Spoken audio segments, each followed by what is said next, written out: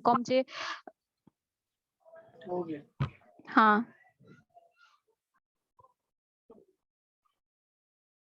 In the last chapter, Union and its territory, we discuss about this. Article 1 to 4, Part 1 of the Indian Constitution deal with the Union and its territory. After that, we discuss about union of states क्या होता है. उसके बाद हमने article 1 क्या describe करता है, वो सारी चीजें हमने डिस्कस की थी. Union of states not the federation, ठीक है, ये कॉन्सेप्ट को नहीं यूज किया गया. तो यहाँ मैंने आपको बताया था डॉक्टर बाबा साहब अम्बेडकर ने ये कॉन्सेप्ट क्यों चूज किया था यूनियन, इसके बारे में हमने डिस्कस. दी टेरिटरी का मतलब क्या होता है, टेरिटरी यूज नो, टेरिटरी ये जो वर्ड है ये 3 कैटेगरी में क्लासिफाई किया जाता है. मैंने आपको बताया था टेरिटरीज ऑफ स्टेट आता है, उसमें यूनियन टेरिटरी आता है, और टेरिटरी जो इंडिया ने एक्वायर की होगी, ठीक है, या फिर जैसे कि सिक्किम को एक्वायर किया था हमने, ठीक है. एंड उसके बाद we discuss that the name of states and union territories and their territorial extent. India that is Bharat ऐसा नाम किसने क्यों दिया, दोनों नाम कैसे इंडिया को रखे गए, ठीक है. So India that is Bharat का मतलब होता है, India means represents modern country, modern name, India is a modern name, and Bharat is the traditional name जो हमारे ट्रेडिशन को रिप्रेजेंट करेगा. सो फॉरेनर जैसे भारत नहीं बोलते, वो इंडिया बोलते हैं. तो ये सारे स्टेट्स के बारे में मैंने आपको बताया था कि स्पेशल, जैसे कि 28 स्टेट्स से इंडिया में 9 यूनियन टेरिटरी अभी 8 है फिलहाल.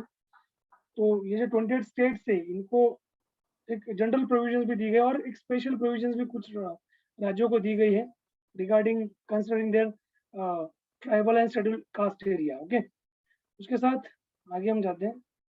सो वी डिस्कस अबाउट दिस.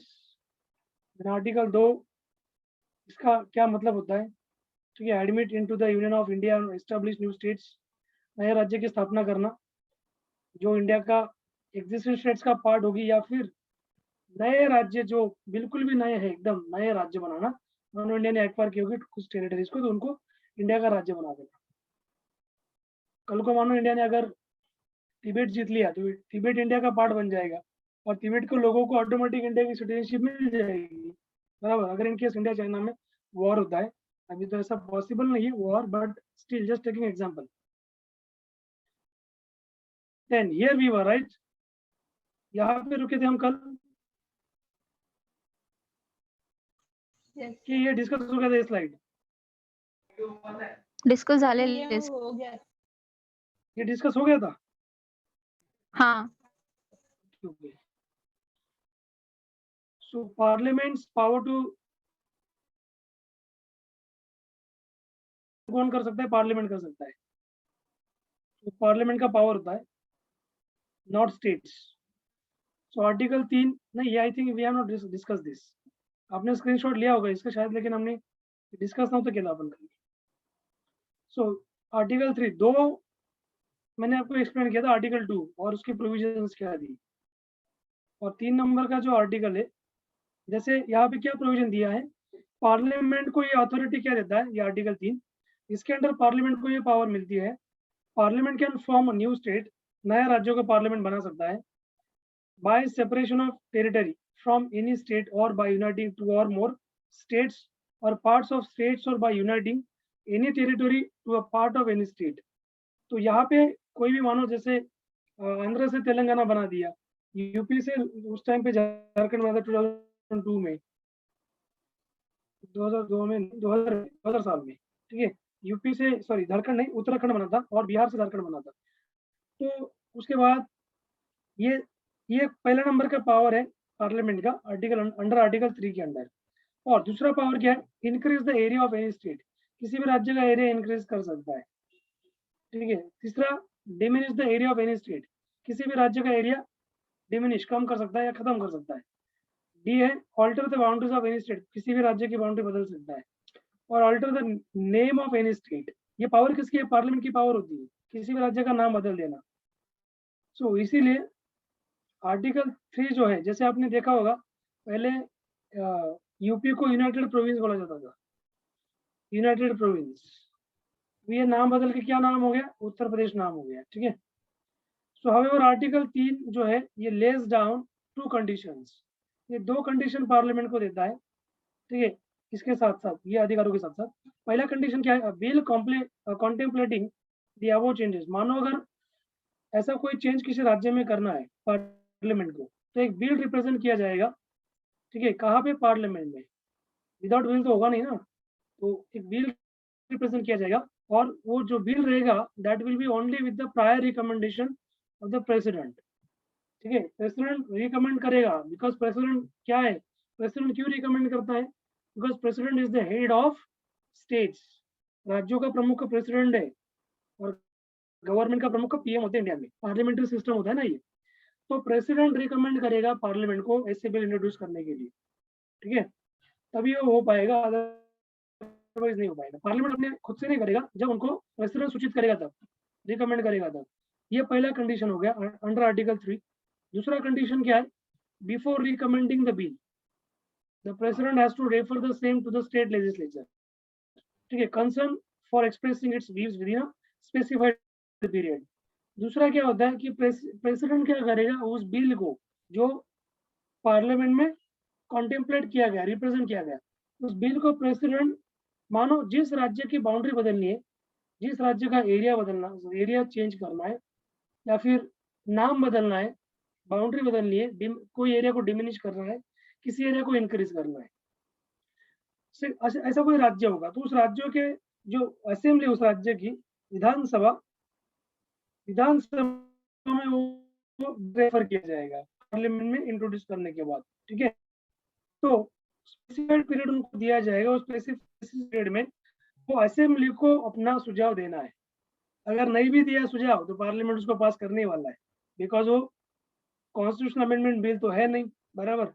सो इसीलिए इसमें और ऐसा बोला गया कि जो पार्लियामेंट का पावर होता है टू फॉर्म न्यू स्टेट्स, उसमें इंक्लूड होता है power to form new state, बराबर। पार्लियामेंट का पावर क्या है? नया राज्यों को बनाना, यूनियन टेरिटरी को बनाना, नए यूनियन टेरिटरी, जैसे कि अभी आपने देखा होगा दमन दीव और दादरा नगर हवेली, इनको एक कर दिया, ठीक है। So by uniting a part of any state और union territory to any other state और यूनियन टेरिटरी, किसी भी यूनियन टेरिटरी का जो राज्यों को जोड़ देना, या किसी भी राज्य का पार्ट यूनियन टेरिटरी को जोड़ देना, या फिर दोनों को मिक्स कर देना, या दोनों को अलग कर देना, ठीक है। तो ये सारी चीजें हमने कहाँ डिस्कस की थी? That we discussed in previous, इसमें लास्ट पार्ट में हमने डिस्कस किया था, बट यहाँ पे हम 3 नंबर का जो आर्टिकल है, इसमें ये पावर पार्लियामेंट को दी गई है, तो पार्लियामेंट ये कर सकता है पूरा, ठीक है। अभी आपने देखा होगा रिसेंटली एक बिल रिप्रेजेंट किया गया पार्लियामेंट में, कभी आपने नाम सुना होगा उसका? Can anybody tell me? Lakshadweep के रिगार्डिंग बिल पास किया है पार्लियामेंट ने, कोई बताएगा वो बिल क्या है? Can anyone tell me? Current affairs पढ़ते हैं कि नहीं आप लोग? ठीक है, उसका नाम मुझे बताना नेक्स्ट क्लास में, ठीक है।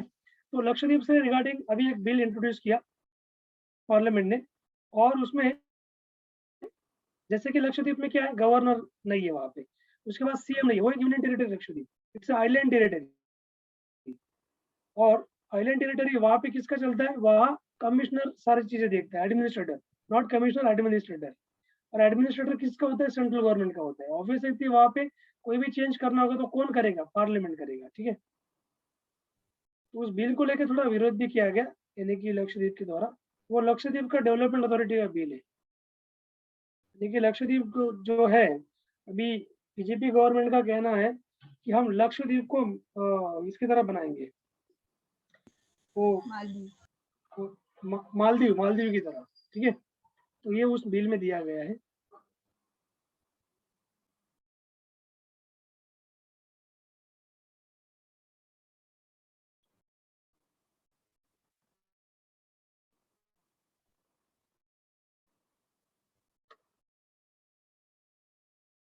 ओके, ये अपना स्लाइड हो गया, नेक्स्ट स्लाइड पे जाते हैं। सो नेक्स्ट इज आर्टिकल 4 को हम डिस्कस कर लेते हैं। एक मिनट में इसको स्टॉप शेयर करता हूँ, उसके बाद अगेन शेयर करता हूँ।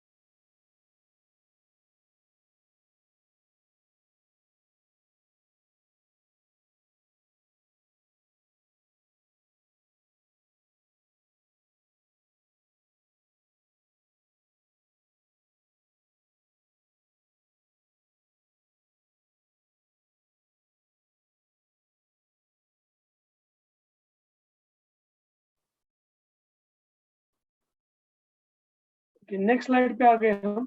सो प्रेसिडेंट क्या करेगा, प्रेसिडेंट जो है जैसे कि वो जो स्टेट लेजिस्लेचर है, विधानसभा, मैंने आपको बताया कि किसी राज्य को जो प्रेसिडेंट वो बिल देगा, उनके रिकमेंड यानी कि उनको रेफर करेगा कि अपना सुझाव दीजिए करके, ये with in a specified time में। ओके, तो उसमें क्या है कि प्रेसिडेंट यानी कि parliament is not bound by the views of the state legislature.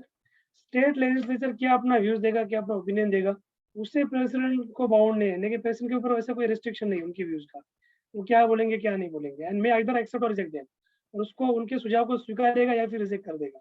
That depends on president, even if the views are received at in time. अगर time पे भी रिसीव उन्होंने व्यूज दिए या फिर थोड़ा डिले हो गए तो वो तो पास ही कर देंगे। So further, it is not necessary to make a fresh reference to the state legislature every time an amendment to the bill is moved or accepted in parliament. ठीक है, तो यहाँ पे ये चीज इंपॉर्टेंट है अपना कि उन्होंने ये बोला कि it is not necessary to make a fresh reference, कोई फ्रेश रेफरेंस करने की जरूरत नहीं है यहाँ पे स्टेट लेजिस्लेचर के लिए, एवरी टाइम हर टाइम पे।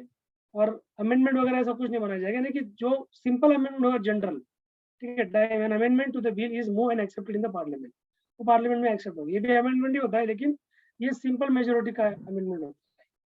जैसे मैंने आर्टिकल 368 आपको ऐसे बोला था, बोलते बोलते लास्ट टाइम बोला था, 368 में अमेंडमेंट प्रोविजन आता है, लेकिन यहाँ पे 3 टाइप की अमेंडमेंट दी है अंडर आर्टिकल 368, लेकिन यहाँ पे 2 ही टाइप कंसिडर किए जाते हैं, बी एंड सी, ये वाला कंसिडर नहीं किया जाता। ठीक है, तो ये वही ये वाला होता है। So in case of union territory, अगर मानो यूनियन टेरिटरी का कोई उसमें रेफरेंस आता है, so no reference need to be made. तो यूनियन टेरिटरी में मानो उसका एरिया बदलना है, उसका नाम बदलना है, उसकी बाउंड्री थोड़ी चेंज कर देनी है, तो वहाँ पे प्रेसिडेंट कोई रेफरेंस देगा नहीं, because union territory directly administered by central government. ठीक है, तो वहाँ पे उनका एडमिनिस्ट्रेटर होता है, तो वहाँ कोई रेफरेंस करने की जरूरत नहीं है, तो वो सिंपली वहाँ पे पास कर देंगे। उसके बाद it is thus clear that the constitution authorises the parliament to form new states. तो कॉन्स्टिट्यूशन पार्लियामेंट को नए राज्य बनाने की अथॉरिटी दे देता है। ठीक है, और उनका एरिया, उनकी बाउंड्रीज वगैरह चेंज करना, नाम चेंज करना, जो एग्जिस्टिंग स्टेट्स है उनका, वो भी अथॉरिटी देता है उनके कंसेंट की बिना, विदाउट द स्टेट्स परमिशन। ठीक है, तो ये पावर पार्लियामेंट की होती है। सो दूसरे शब्द में बताना चाहूँ तो parliament can redraw the political map of India according to its will. अपने इच्छा के अकॉर्डिंग इंडिया का पॉलिटिकल मैप पार्लियामेंट बना सकता है, या उनका अथॉरिटी है, उनको कोई सिखाएगा नहीं उसमें। ठीक है, कोई राज्य बोलेगा नहीं भाई ऐसा करना है वैसा करना है। तो इसीलिए टेरिटोरियल इंटीग्रिटी जो होती है या कंटिन्यू एग्जिस्टेंस होता है किसी भी राज्य का, वो कॉन्स्टिट्यूशन के द्वारा गारंटी नहीं की जाती उसकी, यानी कि कॉन्स्टिट्यूशन किसी भी राज्य की ऐसी गारंटी नहीं दे सकते कि भाई चलो हम अपना तुम्हारा नाम प्रोटेक्ट करेंगे, ठीक है, या फिर तुम्हारा बाउंड्री को प्रोटेक्ट करेंगे। वो पावर किसके हाथ में दिया है कॉन्स्टिट्यूशन ने, वो दिया है पार्लियामेंट के हाथ में। लेकिन इसका मतलब ये भी नहीं कि कॉन्स्टिट्यूशन को वायलेट करके पार्लियामेंट अपने डिसीजन देगा। ठीक है, सो इसीलिए India is rightly describe as an indestructible union of destructible states. India में जो राज्य है वो डिस्ट्रक्ट हो सकते हैं, उसको तोड़ा जा सकता है, उससे अलग राज्य बनाया जा सकता है, लेकिन यूनियन इनडिस्ट्रक्टिबल है इंडिया का, वो नहीं टूट सकता।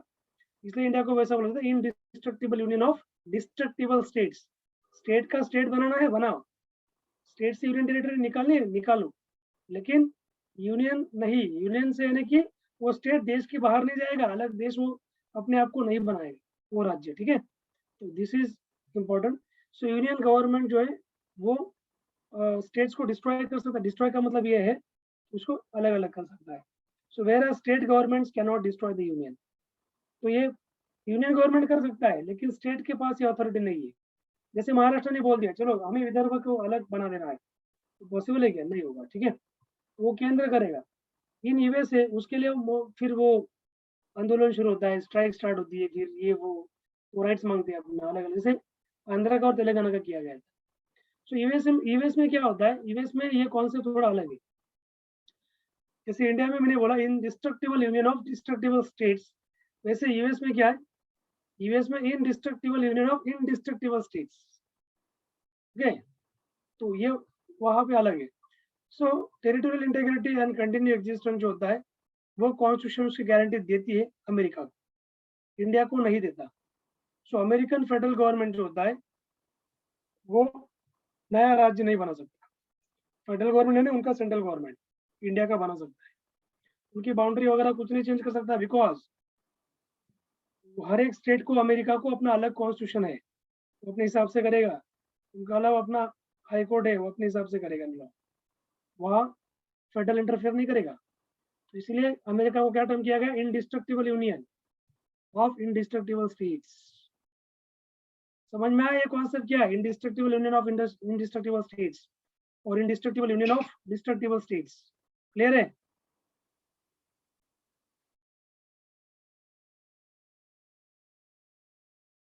चलो आगे चलते हैं। उसके बाद फिर यहाँ पे मोरेवर कॉन्स्टिट्यूशन जो आर्टिकल 4, इसके बारे में डिस्कस करेंगे थोड़ा सा। ये लास्ट आर्टिकल 4 इटसेल्फ डिक्लेयर्स, 4 में ये दिया गया है कि लॉज जो बनाए जाते हैं, ठीक है, किसी भी नए राज्य को इस्टेब्लिश करने के लिए या फिर उसका एडमिशन करने के लिए, सो अंडर आर्टिकल 2 के यहाँ पे मैंने रेफरेंस दिया है, and formation of new states, formation of new states, alteration of areas, boundaries और नेम्स, ये आर्टिकल 2 में यहाँ पे दिया गया है। 4 में क्या है, ये ऑलरेडी डिक्लेयर करता है admission establishment of new states under article 2, और formation of new states and alteration of areas, boundaries और names of existing state under Article 3 are not to be considered as amendments of the Constitution under 360। मैंने अभी आपको बताया था कि ये भी अमेंडमेंट ही है, लेकिन इसे 3 टाइप की अमेंडमेंट होती है। पहला होता है सिंपल मेजोरिटी के द्वारा, दूसरा स्पेशल मेजोरिटी होता है, और तीसरा special majority with ratification of the half of the states. ठीक है, तो 368 के अंडर ये दोनों कंसिडर की जाएगी, ये वाला नहीं कंसिडर किया जाता अमेंडमेंट। ठीक है, 368 के अंडर मैंने यहाँ बोला है। तो 1 2 3, ये जो एक नहीं बोलो मैं, यहाँ पे 4 2 और 3, ये जो आर्टिकल्स है, एक तो इसमें आता ही नहीं है। तो ये जो आर्टिकल्स है 4 2 और 3, इनमें जो अमेंडमेंट होगा तो वो अमेंडमेंट 368 के अंडर नहीं आएगा, याद रखना। ठीक है, इसको सिंपल मेजोरिटी में दिया जाएगा। सो नेक्स्ट पॉइंट हम यहाँ डिस्कस करते हैं। उन्होंने ये बोला है कि does the power of parliament to diminish the areas of a state under article 3 include also the power to cede Indian territory to a foreign country. उन्होंने क्या बोला है कि जो पावर है पार्लियामेंट का, किसी भी एरिया का, किसी भी राज्य का एरिया को डिमिनिश करना, कम करना या फिर डिस्ट्रॉय कर देना किसी भी राज्य के एरिया को, जैसे अंडर आर्टिकल 3 में बोला जाता है। तो इसमें यह भी है क्या कि इंडिया जो है अपना टेरिटरी किसी फॉरेन कंट्री को दे देगा, उसी Indian territory to foreign country. इसका आंसर है this question came up for examination before the supreme court in a reference made by the president in 1960। Berubari case हुआ था, Berubari versus union of India. ठीक है, यहाँ बेरुवारी केस के बारे में मैंने आपको बताया, ये बेरुवारी यूनियन वेस्ट बंगाल। तो यहाँ पे मैं आपको ये केस बताऊंगा, ये केस क्या था बेरुवारी वाला। तो 1968 में प्रेसिडेंट ने ऐसा रेफरेंस किया था, कहाँ पे, सुप्रीम कोर्ट में। तो सुप्रीम कोर्ट ने अपना जजमेंट इसमें सुनाया था।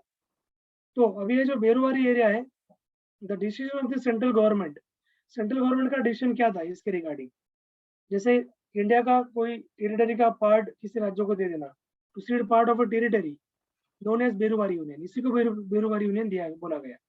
बेरुवारी यूनियन कहाँ, यानी कि वेस्ट बंगाल।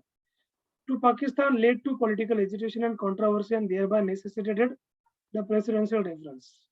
थोड़ा यहाँ पे कंट्रोवर्सी हो गया था बेरुवारी यूनियन वर्सेस जो पाकिस्तान का जो एरिया था, यानी कि कोई पार्ट पाकिस्तान को सीड करना था इंडिया को, यानी कि जो बेरुवारी नाम का एरिया था। ठीक है, तो यहाँ पे हुआ ऐसा, यहाँ पे थोड़ी कंट्रोवर्सी हो गई थी कि इंडिया ने वो पार्ट दे दिया था पाकिस्तान को, and thereby necessitated the presidential reference. तो वह प्रेसिडेंशियल रेफरेंस किया गया था, मीन चैलेंज किया गया था थोड़ा सा। तो सुप्रीम कोर्ट ने अपना जजमेंट दिया, उन्होंने बोला कि पावर ऑफ पार्लियामेंट जो है किसी राज्य के एरिया को डिमिनिश करना अंडर आर्टिकल 3, उसमें ये कवर नहीं होता है cession of Indian territory to a foreign country. ये उन्होंने बोला था 1960 के इस केस में, ये अपना जजमेंट उन्होंने दिया था कि इसमें इसका मतलब है ना कि इंडिया अपना पार्ट किसी भी राज्य, सॉरी किसी भी देश को दे सकता है, ये उसमें कंसिडर नहीं किया जाएगा। ठीक है, तो अपने राज्यों में ठीक है, अपने किसी एरिया को कम कर दिया या फिर डिस्ट्रॉय कर दिया या फिर बाउंड्री बदल दी, तो अपने राज्य में अपने कर दिया, लेकिन ये इसमें ये इन्वॉल्व नहीं रहेगा कि किसी फॉरेन टेरिटरी को अपना पार्ट देना। तो लेकिन बाद में इसको रिवाइज किया गया था। Hence Indian territory can be ceded to a foreign state only by amending the constitution under article 360। अगर सपोज इंडिया का कोई पार्ट अगर फॉरेन टेरिटरी को देना है तो उसमें सिर्फ अमेंडमेंट की जाएगी अंडर आर्टिकल 368। अमेंडमेंट के थ्रू ही वो दिया जाएगा अंडर आर्टिकल 368 में बोल्ड आउट। ठीक है, विदाउट दैट नहीं हो सकता है, special majority Lok Sabha and Rajya Sabha का। मेरे बारे में ऐसे इंडिया ने दिया था तो थोड़ा कंट्रोवर्सी हो गया था। समझ में आया केस क्या था? ये पॉइंट समझ में आया क्या?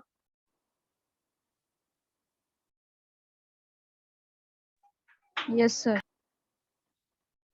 तो इसमें क्या हुआ था कि पहले इंडिया ने पार्ट दे दिया तो थोड़ा कंट्रोवर्सी हो गया था, सुप्रीम कोर्ट में केस चला गया था 1960 में। तो मेरे वाले केस में भी सुप्रीम कोर्ट ने बताया था कि अगर सपोज इंडिया को अगर कोई फॉरेन टेरिटरी को कोई अपना पार्ट देना है तो उसमें, अगेन मैं रिपीट कर रहा हूँ, तो इंडिया नहीं दे सकता, ये इसमें इन्वॉल्व नहीं रहेगा। बाकी इंडिया में कोई डिमिनिश एरिया करना है इस राज्य का इंडिया के अंदर तो वो कर सकता है, लेकिन फॉरेन टेरिटरी को यानी कि फॉरेन कंट्री को अपना टेरिटरी दे देना, ये बात यहाँ पे इन्वॉल्व नहीं रहेगी। सो अंडर 360 के अगर सपोज ऐसा अगर कुछ होता है, सपोज इंडियन टेरिटरी अगर किसी फॉरेन कंट्री को, फॉरेन स्टेट को सीड करना है तो वो सिर्फ अमेंडमेंट के थ्रू ही सीड की जाएगी। ठीक है, 368 में आएगा। तो इसीलिए 9th कॉन्स्टिट्यूशन अमेंडमेंट एक्ट 1960 में इनैक्ट की गई थी, इसलिए to transfer the state territory to Pakistan, जो एरिया था पाकिस्तान को देने के लिए अमेंडमेंट किया गया था। 9th कॉन्स्टिट्यूशन अमेंडमेंट वही था, याद रखना। ठीक है, 1960 में किया गया था amendment. So again supreme court ने अपना डिसीजन को रिव्यू कर दिया, जुडिशियल रिव्यू हो गया 1969 में। सुप्रीम कोर्ट ने ये रूल किया कि सेटलमेंट जो है बाउंड्री डिस्प्यूट, अगर मानो किसी इंडिया और किसी अदर कंट्री में अगर बाउंड्री डिस्प्यूट का सेटलमेंट होगा, ठीक है, तो वो does not require a constitution amendment, उसके लिए कॉन्स्टिट्यूशन अमेंडमेंट की जरूरत नहीं पड़ेगी। ये किस लिए? अगर इंडिया अपना पार्ट किसी देश को दे रहा है तो अमेंडमेंट करना पड़ेगा। अगर सपोज इंडिया और पाकिस्तान के बीच में अगर मानो इंडिया बांग्लादेश के बीच में अगर बाउंड्री डिस्प्यूट अगर होगा, सीमावाद, सरहदवाद अगर होगा, तो उसको लेके अमेंडमेंट करने की जरूरत नहीं है। गवर्नमेंट ऑफ इंडिया को अमेंडमेंट करने की जरूरत नहीं पड़ेगी। ठीक है, वो दोनों कंट्री आपस में जैसे कि बैठक कर सकते हैं, वो अपने आपस में उसको सॉर्ट आउट कर सकते हैं। It can be done by executive action. Executive action से गवर्नमेंट कर देगा उसको, as it does not involve cession of Indian territory to a foreign country. उसमें इंडिया थोड़ी ना अपना पार्ट दे रहा है, उसमें तो बस बाउंड्री है। मान लो पाकिस्तान वर्सेस इंडिया, दोनों के बीच में कश्मीर है, बट कश्मीर पाकिस्तान का पार्ट नहीं है, वो इंडिया का है, पीओके का पार्ट है। मान लो पीओके थोड़ा पाकिस्तान के साइड में चला गया है, बराबर। तो इंडिया को अगर मानो पीओ को अगर लेना है तो इंडिया को अमेंडमेंट थोड़ी ना करना पड़ेगा, वो तुरंत ले लेगा, बिकॉज यही तो बाउंड्री डिस्प्यूट है यहाँ पे। ठीक है, कश्मीर को लेके भी डिस्प्यूट है, लेकिन वो तो बिन काम का डिस्प्यूट है, दैट इज नॉट इम्पोर्टेंट। चलो नेक्स्ट पॉइंट पे चलते हैं। Now exchange of territories with Bangladesh. अभी रिसेंटली मैं आपको इसका एग्जांपल देता हूँ। बांग्लादेश के साथ इंडिया का अभी एक एग्रीमेंट हुआ था। सो उसके लिए 100 कॉन्स्टिट्यूशन अमेंडमेंट पास की गई थी 2015 में। मोदी गवर्नमेंट आए थे 14 में और अमेंडमेंट की गई थी 15 में। और इस अमेंडमेंट में क्या था, कुछ पार्ट इंडिया ने बांग्लादेश को दिया और कुछ पार्ट बांग्लादेश इंडिया ने अपने कंट्री को ज्वाइन किया था इस एग्रीमेंट में, सॉरी अमेंडमेंट में। To transfer certain other territories to Bangladesh in pursuance of the agreement, its protocol entered into between the governments of India and Bangladesh. तो दोनों कंट्रीज ने मिलकर ये किया था। सो ये डील के अंडर इंडिया ने 111 जो टेरिटरीज एनक्लेव्स थे वो बांग्लादेश को दे दिए। एनक्लेव्स कह रहे छोटे छोटे गांव जो थे वो बांग्लादेश को दे दिए 111, और बांग्लादेश ने 51 एनक्लेव्स इंडिया को दे दिए। So in addition the deal also involve the transfer of reverse positions. Reverse position means जो बांग्लादेश की तरफ चले गए थे वो अपने अपने इधर ले लिए, जो उधर थे वो जो इधर थे उनका पार्ट था वो हमने हमने उनको दे दिया। So demarcation of 6.1 kilometre undemarcated border. अगर आपने देखा बांग्लादेश और इंडिया में सबसे बड़ा बाउंड्री नियर अबाउट 4200 किलोमीटर के अराउंड बाउंड्री, 4200। ठीक है, नियर अबाउट बाउंड्री इतना। तो उन्होंने क्या किया यहाँ पे जो एरिया जो डिमार्केट किया था वो 6.1 किलोमीटर का अनडिमार्केटेड एरिया था बॉर्डर स्ट्रेच पे, यानी कि ये बॉर्डर का एरिया था पूरा. So for these three purposes, the amendment modified the provisions relating to the territories of 4 states. तो बांग्लादेश को बाउंड्री कौन से राज्यों की लगती है? 4 राज्यों की, असम, वेस्ट बंगाल, मेघालय, त्रिपुरा. ये 4 इंडियन राज्यों की बाउंड्री बांग्लादेश को लगती है, इसलिए सबसे बड़ा boundary. In the first schedule of the constitution of the background of this amendment is as follows. तो मैं इसका बैकग्राउंड आपको आगे देता हूँ.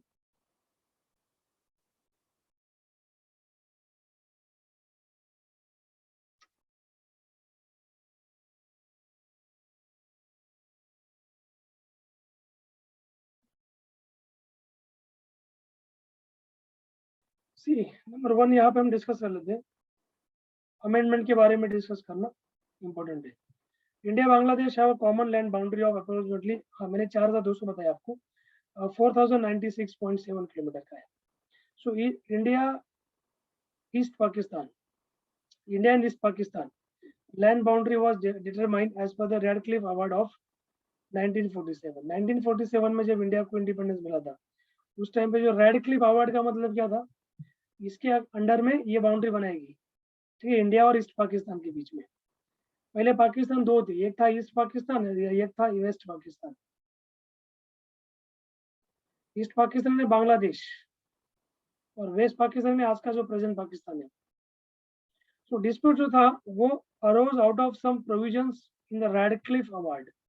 तो डिस्प्यूट जो था बॉर्डर को लेके, ये तो रेडक्लिफ अवार्ड से ही था 1947 में, बिकॉज ये एकदम डिस्प्यूटेड उन्होंने कर दिया था. ब्रिटेन जाते जाते पूरा डिस्प्यूट करके गए थे इंडिया पाकिस्तान के बीच, इंडिया बांग्लादेश के बीच, which were sought to be resolve through the Bagge award of 1950. और इस डिस्प्यूट को उनको बैग अवार्ड था, बैग नाम का अवार्ड, उसके अंडर में उसको सॉर्ट आउट करना था इस बाउंड्री डिस्प्यूट को. So another effort was made to settle this disputes by the Nehru Noon agreement 1950 का एक नेहरू और नून एग्रीमेंट, नून ये बांग्लादेश के हेड थे, इनके बीच में एग्रीमेंट की गई 1958 में. और इसका भी वही मकसद था, ये जो डिस्प्यूट है इंडिया और बांग्लादेश का रेडक्लिफ अवार्ड का, उसको सॉर्ट आउट करना. रेडक्लिफ अवार्ड का मतलब क्या होता है? Radcliffe award means boundary that was assign between India and east Pakistan. East Pakistan means आज का बांग्लादेश, नॉट पाकिस्तान, याद रखना. So however the issue relating to division of वेरवर union was challenged before the supreme court. और इसी को लेके बेरुवारी यूनियन का जो इशू था, डिवीजन, बेरुवारी यूनियन का डिवीजन को लेके, ये चैलेंज किया गया था सुप्रीम कोर्ट में. और to comply with the opinion rendered by the supreme court. और सुप्रीम कोर्ट का ओपिनियन क्या आया था इसमें? 9th अमेंडमेंट एक्ट की थी इसके लिए 1960 में. It was pass by the parliament ने पास की थी. और ये due to continuous litigation means बहुत सारी याचिका सुप्रीम कोर्ट में दी गई थी, कंटिन्यूअस लिटिगेशन जाता था सुप्रीम कोर्ट में. और इसी कारण अदर पॉलिटिकल जो डेवलपमेंट्स थे उस टाइम के, सो द कॉन्स्टिट्यूशन और उसका 9th अमेंडमेंट 1960 का could not be notified in respect of territories in former East Pakistan, presently Bangladesh. तो इनको नोटिफाई नहीं किया गया था. लाइक जो भी अमेंडमेंट की गई, जो भी प्रोविजंस उस टाइम पे किए गए थे, तो उसको सुप्रीम कोर्ट ने नोटिफाई नहीं किया. उसके बाद सेकंड इसमें क्या हुआ था? फर्स्ट इसमें तो ज्यादा नोटिफाई नहीं किया उन्होंने. सेकंड टाइम पे क्या हुआ, जब आपको तो पता है 1971 में जो वॉर होता है इंडिया पाकिस्तान, बांग्लादेश को लेके हुआ था, ठीक है. तो 16 मई 1974 एग्रीमेंट जो था इंडिया और बांग्लादेश में, demarcation of the land boundary, उसको लेके एग्रीमेंट था. On related matters was signed between both the countries to find a solution to the complex nature of the border demarcation involved. ये जो कॉम्प्लेक्स जो बाउंड्री इशू अभी चल रहा है इंडिया बांग्लादेश के टाइम पे, उस टाइम पे चल रहा था, उसमें कुछ एक सॉल्यूशन निकाले, ठीक है. तो ये दोनों कंट्रीज के ऊपर काम कर रहे थे. और ये जो एग्रीमेंट था was not ratified as it involved inter alia transfer of territory which requires a constitutional amendment, ठीक है. और ये जो था, जैसे मैंने आपको कहा था ना 1969 में सुप्रीम कोर्ट ने बोला था, अगर कोई पार्ट सील करना है तभी अमेंडमेंट लगेगा, अगर बाउंड्री इशू अगर होगा तो अमेंडमेंट करने की जरूरत नहीं है. 1960 में क्या होता था? 1960 में वही उसने क्या किया था, सुप्रीम कोर्ट ने जजमेंट दिया था कि इंडिया अपना पार्ट किसी फॉरेन टेरिटरी को नहीं दे सकती. और 1969 में थोड़ा रिव्यू कर लिया सुप्रीम कोर्ट ने. तो इसका टाइम पे हुआ ऐसा, अमेंडमेंट वहां पे रिक्वायरमेंट थी अमेंडमेंट की. और in this connection it was also required to identify the precise area on the ground which would be transferred. कौन सा एरिया ट्रांसफर किया जाएगा, कौन सा क्या किया जाएगा, उसके ऊपर एग्जैक्ट एक एरिया कौन सा वो रहेगा, उसके ऊपर एक एग्जैक्ट इन्फॉर्मेशन उनको देना था. और सब्सिक्वेंटली इश्यूज जो थे relating to demarcation of undemarcated boundary to territories in adverse possession and exchange of enclaves were identified. तो ये सारे एरिया आइडेंटिफाइड किए गए थे, कौन सा एरिया बांग्लादेश परचेज करेगा, कौन सा इंडिया परचेज करेगा और कौन सा दिया जाएगा, कौन सा रखा जाएगा, कहाँ पे बाउंड्री एग्जैक्टली यानी कि ड्रॉ की जाएगी, ये सारी चीजें आइडेंटिफाइड की गई थी. ऐसा ना हो कि थोड़ा जल्दबाजी में कर दे और बाद में फिर ये कंट्रोवर्सी कश्मीर जैसा हो जाए. ठीक है, तो ये उन्होंने यहाँ पे केयरफुली ये काम किया. उसके बाद resolve by signing at protocol on September 6, 2011. तो 2011 में प्रोटोकॉल उन्होंने साइन किया दोनों कंट्रीज ने 6 सितंबर को. कांग्रेस गवर्नमेंट थी उस टाइम पे, और उसमें ये बोला गया which forms an integral part of the land boundary agreement between India and Bangladesh. 1974 का जो इंडिया बांग्लादेश एग्रीमेंट का जो लैंड बाउंड्री का जो एकदम एक प्रकार सा इंपॉर्टेंट पार्ट इसने इन्होंने बना दिया था. ठीक है, 6 सितंबर 2011. The protocol was prepared with support and concurrence of the concerned state governments of Assam and Meghalaya, Tripura and West Bengal. इन राज्यों को कंसिडर किया गया था. और जैसे कि आपने देखा होगा बहुत सारे बांग्लादेशी जैसे असम में घुस जाते हैं, ठीक है, या फिर वेस्ट बंगाल में घुस जाते हैं, और उसके साथ साथ फिर बहुत सारी कंट्रोवर्सी होती है. तो ये इसलिए किया गया कि यार तुम बांग्लादेश के जो लोग हैं ये यहाँ पे ना एंट्री करें. ठीक है, इलीगल माइग्रेशन जो होता है बांग्लादेश से इंडिया में. ठीक है, so evolution of states and union territories important part है आपको. बाकी ये तो आपको एग्जाम में नहीं पूछेगा एग्रीमेंट वगैरह बांग्लादेश का, ये बस जनरल नॉलेज के लिए आपको इम्पोर्टेंट है. जो मैंने अभी लास्ट जो बताया that is not important from exam point of view, बस सिर्फ पता होना चाहिए. Doubt questions?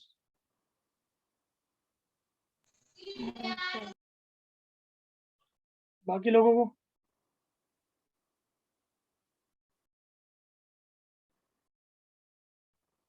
ठीक है, so proceed. Yes, sir.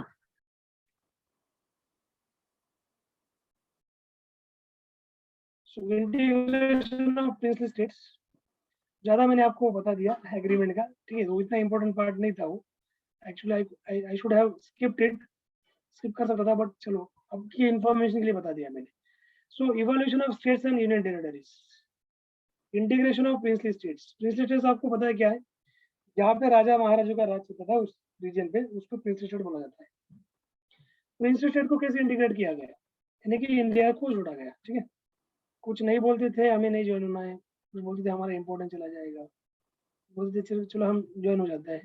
Evolution हम करते हैं अभी राज्य का और उनका टेरिटरीज का. यहाँ से आगे मैं आपको बताऊंगा कौन सा राज्य का फॉर्म किया गया. ठीक है, at the time of independence India comprise 2 categories of political units. India में पॉलिटिकल यूनिट्स की 2 कैटेगरी थी इंडिपेंडेंस के टाइम पे. और अगर आपने देखा होगा near about India was divided into 552 parts. इसमें इंडिया डिवाइड था और इन पार्ट्स को जोड़ना था, और इसको जोड़ने का काम किसने किया? सरदार वल्लभ भाई पटेल ने किया. ओके, तो इतने सारे पार्ट्स को जोड़ना, सो इट वाज डिफिकल्ट टास्क. और उसमें डाइवर्सिटी बहुत ज़्यादा थी, अलग अलग रिलीजन, कैटेगरीज, लैंग्वेजेस, ट्राइब्स, उसमें ट्राइब्स भी थी. तो पहला जो पार्ट था वो ब्रिटिश प्रोविंस का था और दूसरा था प्रिंसली स्टेट्स का. ब्रिटिश प्रोविंस का मतलब क्या होता है? जहाँ ब्रिटिशों का राज था, जहाँ ब्रिटिश हुकूमत थी उसको हम ब्रिटिश प्रोविंस बोलते थे. और जहाँ प्रिंसली स्टेट जहाँ का राजा की हुकूमत है, लेकिन वो भी तो ब्रिटिश के क्राउन के अंडर में आते थे, लेकिन ब्रिटिश क्राउन ने बोला था कि भाई आप भी राज करो और हमें बस वहां से टैक्स दो. जैसे अभी केंद्र में मोदी है और सेंटर में बीजेपी और राज्य में अभी क्या है? अलग पॉलिटिकल पार्टी, यानी कि सेम पॉलिटिकल पार्टी नहीं है. ठीक है, so under the rule of native princes but subject to the paramountcy of British crown. नाम के लिए फिर बस प्रिंसली स्टेट्स थे. सो इंडियन इंडिपेंडेंस एक्ट 1947 का उन्होंने 2 इंडिपेंडेंट और सेपरेट कंट्रीज तैयार की थी. एक था पाकिस्तान और दूसरा बना था सॉरी, एक इंडिया बना, दूसरा पाकिस्तान बना, and gave 3 options to the princely states.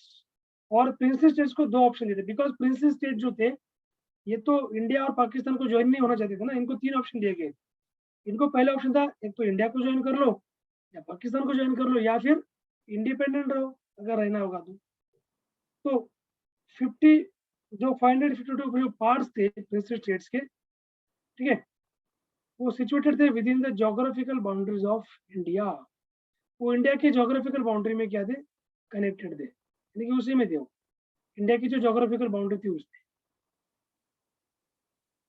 उसमें से 545 ने तो इंडिया को ज्वाइन कर लिया, जो 3 थे इनकी इच्छा नहीं थी इंडिया को ज्वाइन करने की। और इनमें कौन थे 3, इनको इंडिपेंडेंट रहना था, इनको ऐसा भी नहीं कि पाकिस्तान में जाना है, ऐसा भी नहीं था। सो हैदराबाद, जूनागढ़, कश्मीर। हैदराबाद तो पूरा इंडिया का साउथ का पार्ट आ रहा था, और ये बोलता था कि नहीं हमें इंडिपेंडेंट रहना है। साउथ हैदराबाद में नवाब थे, जूनागढ़ में raja of Junagadh was Muslim, king was Muslim, and the subject were Hindus, majority of subject यानी जनता। कश्मीर का राजा हिंदू था, जनता मुस्लिम थी। हैदराबाद, वहां पे नवाब का राज था। तो चलिए देख लेते, इन्होंने इंडिया को ज्वाइन होने से रिफ्यूज कर दिया था। So in course of time they were also indicated with India Hyderabad by means of police action. तो यहाँ पे हैदराबाद को कैसे ज्वाइन किया पटेल ने, सरदार पटेल ने पुलिस एक्शन हैदराबाद में ली थी और हैदराबाद को ज्वाइन कर लिया। जूनागढ़ में रेफरेंडम किया गया था, रेफरेंडम जनमत किया गया था, लोगों को पूछा गया था, प्लेबिसाइट रेफरेंडम होता है ना, उसको अकॉर्डिंग भाई आपको किसको ज्वाइन करना है, इंडिया ज्वाइन करना है या पाकिस्तान ज्वाइन करना है या फिर इंडिपेंडेंट रहना है। तो जूनागढ़ की जो पब्लिक थी वो हिंदू थी, जनता, राजा मुस्लिम थे वहाँ के। तो जनता ने बोला हमें इंडिया में आना है, तो इंडिया में वो ज्वाइन कर लिया जूनागढ़। और कश्मीर, कश्मीर का राजा हिंदू और राजा मुस्लिम थी, और कश्मीर भी इंडिया को ज्वाइन हो गया। इनको तो अलग रखा गया था, इसका एक अलग हिस्ट्री है कश्मीर का, मैं आपको बाद में बताऊंगा, ठीक है। तो ये अलग था, इनमें तो कोई पुलिस एक्शन वगैरह रेफरेंडम नहीं किया गया। यहाँ का राजा ही हिंदू था, राजा हरि सिंह थे यहाँ पे। तो इंस्ट्रूमेंट ऑफ एक्सेशन ये एग्रीमेंट की गई थी, और इसके साथ कश्मीर को इंडिया में जोड़ लिया था। लेकिन वो भी कुछ टर्म्स कंडीशंस पे ही इंडिया में ज्वाइन हुआ था। उसमें टर्म्स कंडीशंस क्या थी, इंस्ट्रूमेंट ऑफ एक्सेशन कब साइन किया गया, जब आजाद हिंद एक सेना थी पाकिस्तान की, एक जैसे हम बोलते ना कि एक टेररिस्ट ऑर्गेनाइजेशन थी, उन्होंने वहां पे अटैक किया कश्मीर में। देखो राजा को कश्मीर इन्होंने सॉरी पंडित जवाहरलाल नेहरू जी ने बोला था कि राजा हरि सिंह आप इंडिया में ज्वाइन हो जाओ, उन्होंने रेफ्यूज किया, नहीं हमें नहीं ज्वाइन होना है। राजा हरि सिंह ने बोला हमें तो इंडिपेंडेंट रहना है। तो नेहरू जी ने बोला ठीक है इंडिपेंडेंट हो। तो वहां पे जैसे मैंने आपको कहा कि पाकिस्तान की जो आजाद सेना थी उन्होंने वहां पे अटैक कर दिया था, जैसे इनको इंडिपेंडेंट का स्टेटस दिया गया उस टाइम। तो फिर कश्मीर जो था डिफेंस में इतना ये नहीं था, स्ट्रॉन्ग नहीं था। तो फिर राजा हरि सिंह ने, मैं सिर्फ शॉर्ट स्टोरी बता रहा हूँ आपको, पूरा नहीं बताऊंगा डिटेल में समझने के लिए। तो राजा हरि सिंह ने इंडिया से हेल्प मांगी कि यार ऐसे ऐसे सेना है पाकिस्तान की, जिन्होंने हमारे ऊपर अटैक कर दिया, हमारे लोगों को मार रही है, बहुत सारे कश्मीर लोगों को मार दिया था पाकिस्तान की वो आजादी सेना ने। तो फिर नेहरू ने उनको हेल्प की, वहां पे मिलिट्री भेज दी, और जो आजाद सेना थी पाकिस्तान की उनको वहां से घसीट के बाहर कर दिया था। तो कंप्लीटली बाहर तो नहीं हो पाया ना, कश्मीर तो डिवाइडेड है 6 पार्ट्स में, ठीक है, 6 नहीं सॉरी 4 पार्ट्स में डिवाइड है कश्मीर। तो उसमें से एक पार्ट जो पीओके था वहां पे वो जाके सेटल हो गए थे, आजाद सेना थी, और तब से वो कंट्रोवर्शियल पार्ट हो गया। वहां पे भी मिलिट्री भेज सकता था नेहरू, लेकिन नेहरू ने भेजा नहीं। नेहरू वो इशू को कहाँ लेके गया, यूनो में लेके गए, और तब से वो जो इशू था वो अटक गया था, यूनो में अटक गया था, फंस गया था यूनो में। और पहले से अमेरिका इंडिया का दुश्मन बने था, पहले इंडिया सोशलिज्म करता था, ठीक है। उसमें ये कश्मीर का था, तो कश्मीर को बाद इंस्ट्रूमेंट ऑफ एक्सेशन ये ट्रीटी साइन कर लिया राजा हरि सिंह ने। और इसमें 3 ही चीज इंडिया के हाथ में थी, वो था डिफेंस पहला, फॉरेन अफेयर्स और तीसरा कम्युनिकेशन। बस ये तीनों ही चीजें यानी कि साइन की थी। तो राजा हरि सिंह ने बोला हम कम्प्लीटली ज्वाइन नहीं करेंगे इंडिया को, हम ये 3 मुद्दों पे ही इंडिया को ज्वाइन करेंगे, आप हमें डिफेंस सपोर्ट करो, तो अगर हमारे ऊपर अटैक करेगा तो फॉरेन अफेयर्स आप देखो और कम्युनिकेशन आप देखना है।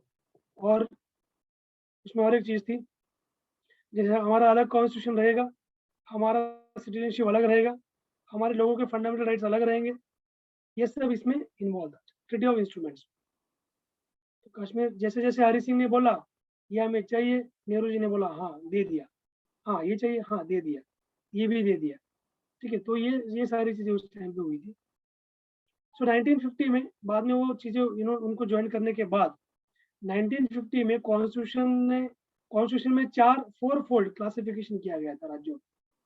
जैसे अभी आपको पता है कि 1947 के बाद राज्यों को ज्वाइन किया गया, 552 जो थे उनको सभी को, जो इंडियन जोग्राफिकल पार्ट में आ रहा था उन सभी को इंडिया में कनेक्ट कर लिया फाइनली, ठीक है।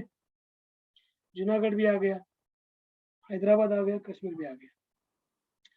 तो क्या हुआ बाद में, राज्यों को 4 पार्ट्स में डिवाइड कर दिया था, 4 फोल्ड कैटेगरी क्लासिफिकेशन। उसमें part A, part B, part C and part D, ऐसे राज्यों को दर्जा दिया गया था। तो हम देखेंगे ए पार्ट में कौन आएगा, बी में कौन आएगा, सी में कौन आएगा, डी में कौन आएगा। सो इन ऑल दे नंबर 29। सो ऐसे 29 को नंबर, सारे 29 थे पूरे पूरे राज्य, उनको ABCD में डिवाइड कर दिया 29 राज्यों। So part A states comprise 9 erstwhile governors provinces of British India. Part A में जहां ब्रिटिश इंडिया का राज था, वो राज्य जहां पे पार्ट ए में आ रहे थे, 29 में से ब्रिटिश इंडिया के जो 9 गवर्नर्स के प्रोविंस थे, इनको पार्ट ए में रखा गया था, ठीक है। पार्ट बी में 9 ईस्टवाइल प्रिंसली स्टेट्स को रखा गया था पार्ट बी में, ये भी 9 18 तो हो गए। और उसके बाद सी में consisted of erstwhile chief commissioners province of British India. ये ब्रिटिश इंडिया के कुछ princely sorry chief commissioner province थे, कितने थे टोटली, नंबर 4 थे। और उसके बाद सी में दिस पार्ट सी में 4 नहीं 10 थे। In all number 10 were centrally administered, उनको सेंट्रली एडमिनिस्ट्रेट किया जाएगा। Andaman and Nicobar islands were kept as the solitary part D, और पार्ट डी में सिर्फ अंडमान निकोबार को रखा गया था, इनको अलग से रखा गया था। तो ये 4 फोल्ड क्लासिफिकेशन था राज्यों का, ए बी सी और डी का। वन बाय वन हम डिस्कस करेंगे इनको। अभी ये जो पार्ट है ना, part A, part B, part C, बाद में हट जाएंगे, तो मैं आपको बताऊंगा, उसके बाद अलग से राज्य तैयार हो जाएंगे। अभी देखो, इंडिया का जो भी एडमिनिस्ट्रेशन किया जाएगा वो part A, part B, part C, part D से किया जाएगा। कोई राज्य लैंग्वेज के अकॉर्डिंग अपना अलग राज्य नहीं मांगेगा, तो अपने कैटेगरी के अकॉर्डिंग अलग राज्य नहीं मांगेगा, ठीक है। तो यहाँ तक आपको समझ में आया। लेकिन बाद में हुआ क्या, बाद में तो फिर ये जो पार्ट ए, पार्ट बी जो थे ना, पार्ट सी, डी, इनमें तो फिर कॉन्ट्रोवर्सी होने लगी। बाद में क्या हुआ, इसमें से कुछ राज्यों ने डिमांड की भाई हमें अलग स्टेटहुड चाहिए, हम पार्ट ए, पार्ट बी में नहीं रहेंगे, ठीक है। तो इसमें देखिए पहला कमीशन आया था Dhar commission and JVP commission. JVP का फुल फॉर्म कोई बताएगा क्या? जवाहरलाल नेहरू, वल्लभ भाई पटेल एंड पिताभाई सीतारामैया। पिताजी सीतारामैया, ठीक है। तो ये 3 लोग थे इसमें। So integration of princely states with the rest of India has purely an ad hoc arrangement. ये जो कमिटीज थी ना, ये एडवॉक थी, एडवॉक यानी टेम्पररी कमिटीज थी, दिस वर नॉट परमानेंट, इसी राज्यों का फॉर्मेशन के लिए बनाई गई थी। So integration of princely states with the rest of India has purely ad hoc arrangement. So there has been a demand from different regions. तो ये जो अरेंजमेंट थी ना, part A, part B, part C, D, ये सिर्फ क्या थी, temporary arrangement थी, टेम्पररी यानी कि टेम्पररी पर्पज के लिए बनाया गया था। बाद में राज्यों ने डिमांड की अलग रीजन की, भाई हमें अलग स्टेट चाहिए, अलग हमारा नाम रहेगा। सो पर्टिकुलरली साउथ इंडिया से राज्यों की डिमांड स्टार्ट हुई थी। सो उन्होंने बोला कि राज्यों को रीऑर्गेनाइज करो, reorganisation of states on linguistic basis, भाषा के आधार पर राज्यों को बनाओ, ठीक है। So accordingly in June 1948 government of India ने लिंग्विस्टिक प्रोविंसेस कमीशन को अपॉइंट किया एसके धार इनके अध्यक्षता में, ठीक है। इनको अपॉइंट किया था लिंग्विस्टिक प्रोविंसेस कमीशन को, इसलिए किया था upon two examine the feasibility of this. ये जो डिमांड थी ना, इनकी डिमांड को देखने के, ये डिमांड सही है कि नहीं सही है, फिजिबिलिटी क्या है इसकी, कि हम राज्य लैंग्वेज के बेस पे बना सकते हैं क्या, ये एसके धार ने शुरू किया। तो ये कमीशन अपॉइंट किया गया। ये कमीशन याद रखना आपको, जेवीपी क्या है, किससे रिगार्डिंग था, धार कमीशन किससे रिलेटेड था। So the commission submitted its report in December 1948।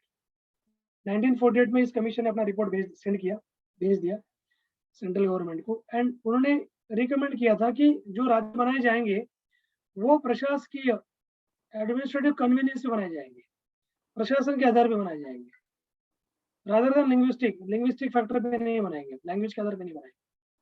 किस पे बनेगा, एडमिनिस्ट्रेटिव बेसिस पे बनेगा। और इसी कारण ये जो रिपोर्ट दिया इसके धार कमीशन ने, तो इसके कारण थोड़ी नाराजगी हो गई लोगों में, साउथ के लोगों में। और फिर उन्होंने क्या किया, led to the appointment of another linguistic provinces committee by Congress in December 1948। तो 1948 में अलग कमीशन को उन्होंने गठित कर दिया, ठीक है, बिकॉज ये रिपोर्ट इतना सही नहीं लगा, बिकॉज इसको अपोज किया गया था, ठीक है, डिमांड तो लैंग्वेज के आधार पे ही थी, ठीक है। उसके बाद सेकेंड उन्होंने लिंग्विस्टिक प्रोविंस को अपॉइंट किया, और इसमें थे it consist of Jawaharlal Nehru, Vallabh भाई पटेल, पटाभी सीतारामैया, ठीक है, ये तीन लोग थे दूसरे इसमें, इसको जेवी बोला जाता है इन शॉर्ट। तो दूसरा कमेटी अपॉइंट किया गया और इनको पॉपुलरली जेवीपी नाम से पहचाना जाता है। इन्होंने अपना रिपोर्ट 1948 में दिया और इन्होंने भी वही बताया कि राज्यों का जो है फॉर्मेशन वो लैंग्वेज के बेस पे नहीं बनेगा। इन्होंने भी प्रशासन एडमिनिस्ट्रेशन ही बोला था, ठीक है। इसलिए और ज्यादा वो डिमांड जो थी वो और ज्यादा यानी कि वहाँ के लोग और ज्यादा छिड़ गए थे, साउथ के लोग, उनको तो वही चाहिए था, वही लैंग्वेज, अदरवाइज हम फिर आंदोलन करेंगे। सो अक्टूबर 1953 में फाइनली एक कमीशन अपॉइंट किया गया, ठीक है। 1953 में गवर्नमेंट ऑफ इंडिया ने फर्स्ट लिंग्विस्टिक स्टेट बना दिया था, दैट वाज आंध्र प्रदेश, इस डिमांड के कारण, bye separating Telugu speaking areas from Madras state. Telugu speaking और तमिल स्पीकिंग, तमिल को अलग किया, यानी कि तमिल से तेलुगु को अलग कर दिया। तो तेलुगु स्पीकिंग एरिया जो था मद्रास स्टेट से अलग किया। मद्रास है ना तमिलनाडु, आज मद्रास में तमिल बोली जाती है तमिलनाडु में, और तेलुगु आंध्र में बोली जाती है। तो फाइनली गवर्नमेंट ऑफ इंडिया ने क्या किया, डिमांड बहुत ज्यादा बढ़ रही थी, लोग आंदोलन कर रहे थे, जालपो यानी कि वही प्रोटेस्ट बहुत ज्यादा चढ़ गया था, कुछ लोग सुसाइड भी कर रहे थे उसके कारण, अपनी जान दे रहे थे। और इसी कारण फिर गवर्नमेंट ऑफ इंडिया ने आंध्र प्रदेश को लिंग्विस्टिक के आधार पर पहला राज्य घोषित कर दिया, लैंग्वेज के आधार पर। This followed a prolonged popular education. आज भी अगर आप साउथ के राज्यों में गए ना, वहाँ पे आपको हिंदी बहुत कम नजर आएगी, ठीक है। So this followed a prolonged popular agitation and a death of Potti Siraramoolu। तो इसका डेथ हो गया, ये कांग्रेस के पर्सन थे स्टैंडिंग कमेटी के, इनका डेथ हो गया। 56 डे हंगर पे बैठे थे, 56 डे के हंगर पे बैठे थे। और उसके बाद फैजल अली कमीशन को फिर अपॉइंट किया गया, और इन्होंने फिर ये बताया कि जो डिमांड थी आंध्र प्रदेश की लैंग्वेज के आधार पे आप राज्य को बनाइए, बहुत ज्यादा इंटेंसिफाई हो गई थी, और इसी कारण उनको फिर राज्य का स्टेट का लिंग्विस्टिक कोड देना पड़ा था कि लैंग्वेज के आधार पे। और इसीलिए गवर्नमेंट ऑफ इंडिया ने क्या किया, फैजल अली कमीशन को अपॉइंट किया। वही राज्य मान नहीं रहे, बहुत ज्यादा डिमांड कर रहे लैंग्वेज के आधार पे, उनको राज्यों का फॉर्मेशन चाहिए, ठीक है। और इसीलिए ये कमीशन को अपॉइंट किया, और इस कमीशन में 3 मेंबर थे, ठीक है। फैजल अली इसके अध्यक्ष थे।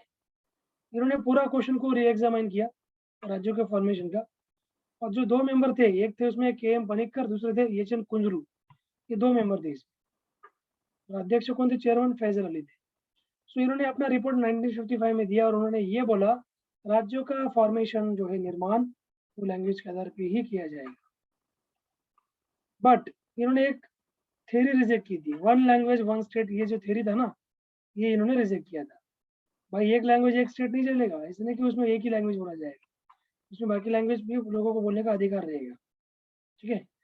So it's view was that, इसका पर्पज ये था कि यूनिटी ऑफ इंडिया जो थी वो एक प्राइमरी कंसिडरेशन था in any redrawing of the country's political units, ठीक है, इसलिए इन्होंने ये मान्यता दी थी। It identified 4 major factors, 4 major factor इन्होंने आइडेंटिफाई किए थे धार कमीशन ने। इसमें से पहला था preservation and strengthening of unity and security of the country, country की सुरक्षा और उसका यूनिटी। दूसरा था लिंग्विस्टिक एंड कल्चरल होमोजेनिटी, और इससे लैंग्वेज के बेस पर अगर हम राज्य बनाएंगे तो राज्यों का जो कल्चरल होमोजेनिटी है और जो लैंग्वेज है उनका वो टिका रहेगा। फाइनेंशियल इकोनॉमिक एडमिनिस्ट्रेटिव कंसिडरेशन उसमें कंसिडर किए गए थे। Planning promotion of the welfare of people, ये फैक्टर की उसने कंसिडर किया था in state as well as of the nation as a whole, ठीक है। ये सारे फैक्टर्स में इन्होंने कंसिडर किए थे।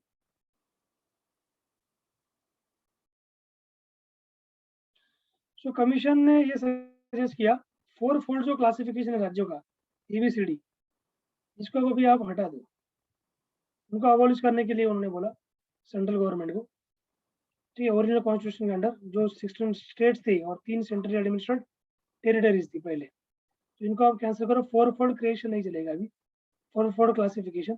सो गवर्नमेंट ऑफ इंडिया ने ये रिकमेंडेशन एक्सेप्ट कर ली, सर्टेन माइनर मॉडिफिकेशंस, और by the state reorganisation act को पास किया गया 1956 के according, under state reorganisation act को तैयार किया गया और 7th कॉन्स्टिट्यूशन अमेंडमेंट को पास किया गया। 7th कॉन्स्टिट्यूशन अमेंडमेंट एक्ट कब आया था? 1956 में आया था, वो ये इसी का परिणाम था, स्टेट रिऑर्गेनाइजेशन एक्ट का, ठीक है। और इसमें जो पार्ट ए और बी थे इनको निकाला गया, पार्ट सी को निकाला गया। Some of them were merged with adjacent states, कुछ राज्यों को जो नियर बाय राज्य थे उनमें मर्ज किया गया। सम अदर वर डेजिग्नेटेड एज यूनियन टेरिटरीज, किसी को यूनियन टेरिटरीज बनाया गया, किसी राज्यों को, किसी एरिया को, और उसका रिजल्ट 14 स्टेट्स और 6 यूनियन टेरिटरीज 1 नवंबर 1956 में तैयार की गई थी। कितने राज्य बने थे? 40 स्टेट्स बने थे और 6 यूनियन टेरिटरीज बनी थी। तो ये जो एक्ट था इन्होंने और एक चीज इस्टेब्लिश की थी, that was new state of Kerala को इस्टेब्लिश किया था। इसको त्रावणकोर और कोचिन जो ये पहले त्रावणकोर और कोचिन था, इनमें मर्ज करके इन्होंने केरला राज्य को बनाया 56 में। The Malabar district of Madras state और कसरगोड़ा साउथ कनाडा, दक्षिणा कन्नड़ उसको हम बोला जाता है, इसको सबको मर्ज करके उन्होंने केरल को बना दिया था।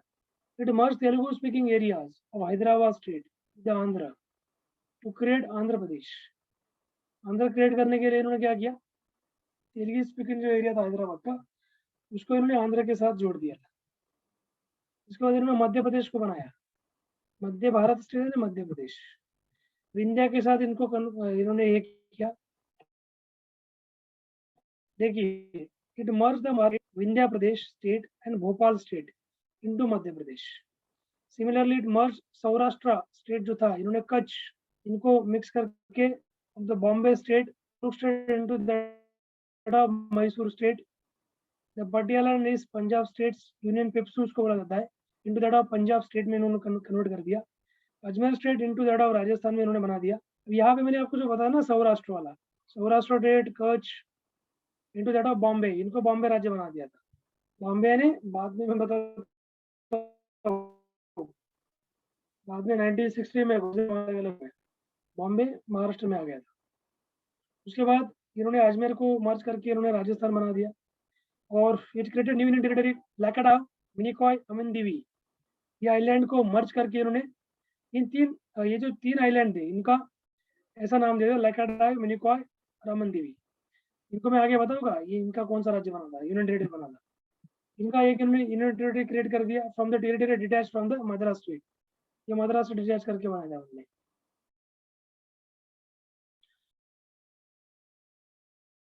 अभी हम नेक्स्ट इसमें जाते हैं, यहाँ पे union states and union territories created after 1956। 1956 में यूनियन टेरिटरीज क्रिएट की गई थी। 56 के बाद नए राज्य और यूनियन टेरिटरीज की स्थापना की गई थी।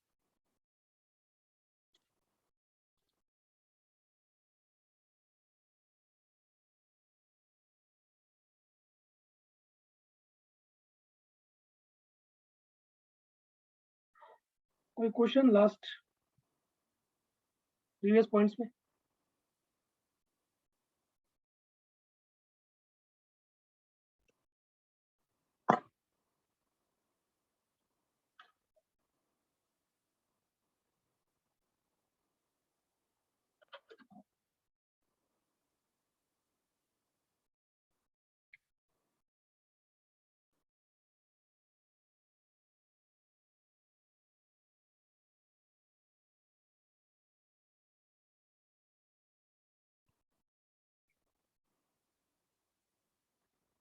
So next chapter को हम डिस्कस करते हैं. Even after the large scale revolution of states, 1956 में उन्होंने 14 राज्यों को बना दिया था, 3 यूनियन टेरिटरी को बना दिया था.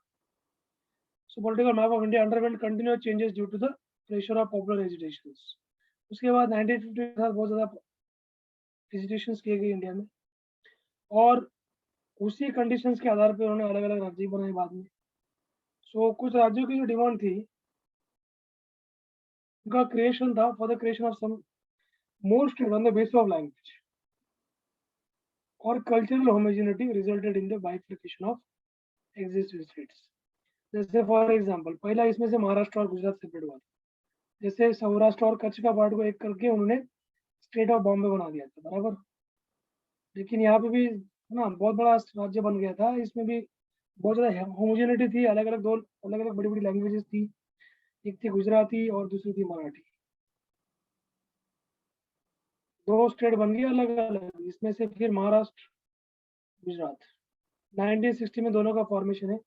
फर्स्ट में we celebrate as Maharashtra day as ठीक है, as well as labour day in Maharashtra. ठीक है, कामगार दिन. Divided into 2 separate states, Maharashtra and Marathi speaking, Gujarat for Gujarati speaking. Gujarat was established as the 15 states of Indian Union और महाराष्ट्र 16 बना था. ठीक है, दादरा नगर हवेली उसके बाद आया, and Portuguese ruled this territory until it's liberation. 1954 तक दादरा नगर हवेली पे दादरा नगर हवेली पे किसका राज था? पोर्तुगीज का राज था. फाइनली इनसे हमने पार्ट ले लिया था. Subsequently, administration was carried on till 1961 by an administrator chosen by the people themselves. ठीक है, तो बाद में इसको क्या किया दिया, इसके ऊपर एक एडमिनिस्ट्रेटर गवर्नमेंट ने बैठा दिया जो लोगों के द्वारा चूज किया जाएगा. मीन्स एडमिनिस्ट्रेटर 1961 तक लोगों के द्वारा चूज किया जाएगा, यहाँ पे गवर्नमेंट डायरेक्टली नहीं देगा. ठीक है, अभी तो गवर्नमेंट डायरेक्टली उसको भेजता है वहाँ पे. सो इनको यूनियन टेरिटरी में कन्वर्ट किया गया, और ये 10th कॉन्स्टिट्यूशन अमेंडमेंट एक्ट के तहत दादरा और नगर हवेली यूनियन टेरिटरी बनता है इंडिया. ये याद रखना, बहुत इंपॉर्टेंट डेटा है. 10th amendment act, Dadra Nagar Haveli बना था यूनियन टेरिटरी. ठीक है, सो उसके बाद गोवा दमन दीव.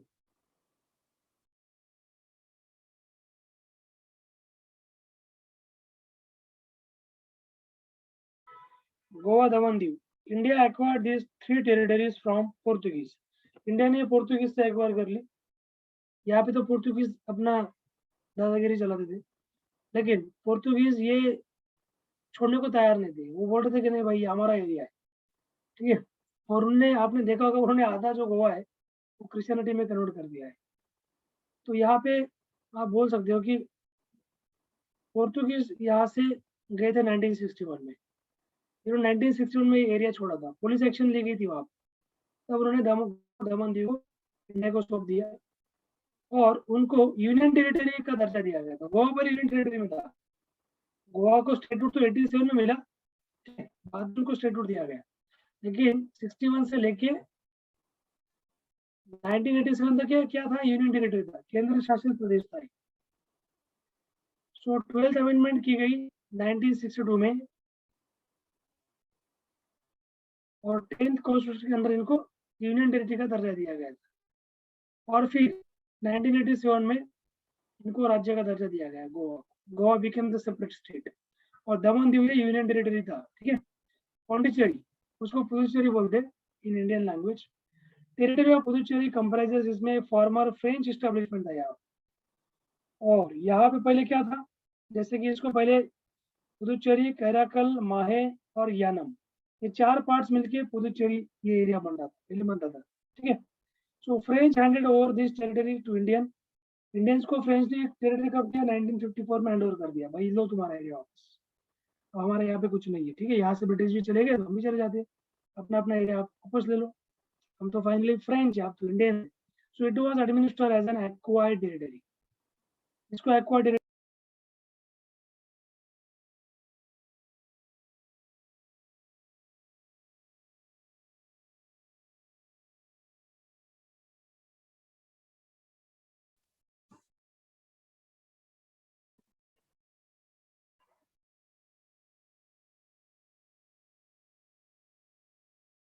अरे shit, एक डिस्कनेक्ट हो गया, नेट डिस्कनेक्ट हो गया बीच में।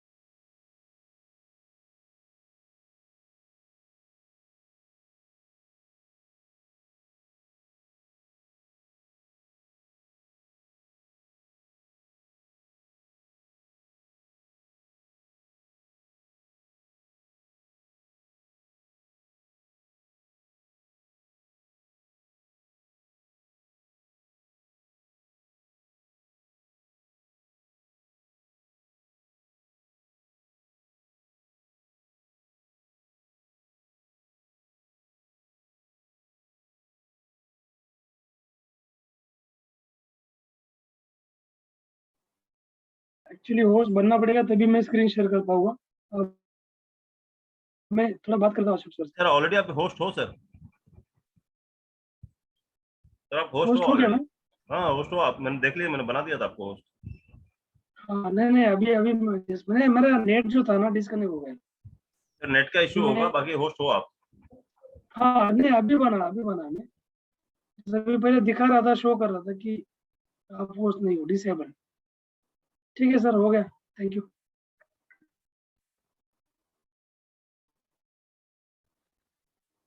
ओके, यहाँ पे गोवा, दमन, दीव का हमने देख लिया। उसके बाद फिर उन्होंने पौंडीचेरी का भी हमने देख लिया। यहाँ पे ये कैराकल, माहे और यनम, ये सारे पार्ट्स थे वहाँ पे। तो पौंडीचेरी जो था ये एक्वायर्ड एरिया था, जो हमने फ्रेंच से हमने एक्वायर किया, उन्होंने दे दिया था, हैंड ओवर कर दिया था इंडिया को। ठीक है। Subsequently, it was administered as an acquired territory till 1962. 1962 पे 2 तक ये क्या था, एक्वायर्ड था। सर स्क्रीन शेयर नहीं किया क्या आपने? हाँ शेयर किया ना सर। सर दिख नहीं रहा, आपको नेट का इशू है क्या आपके यहाँ पे? बाकी लोगों को दिख रहा है क्या, बाकी स्टूडेंट्स को? स्क्रीन दिख रहा है क्या? नो सर, नहीं दिख रहा सर, आपका नेट का इशू है सर थोड़ा। स्क्रीन नहीं दिख रहा है क्या? स्क्रीन नहीं दिख रहा है? नहीं सर। आप लोगों को स्क्रीन नहीं दिख रहा, बताओ ना, स्क्रीन दिख रहा नहीं दिख रहा आप लोगों को? नहीं दिख रहा sir. Are you able to see the screen? No sir, नहीं दिख रहा है। No sir, Santosh sir, they are not able to see the screen. Please check the internet connection, sir. I think there is an internet issue with your part, sir. हाँ, मेरा internet का issue है sir. Yeah, yeah. हाँ, slow चल रहा है। Okay.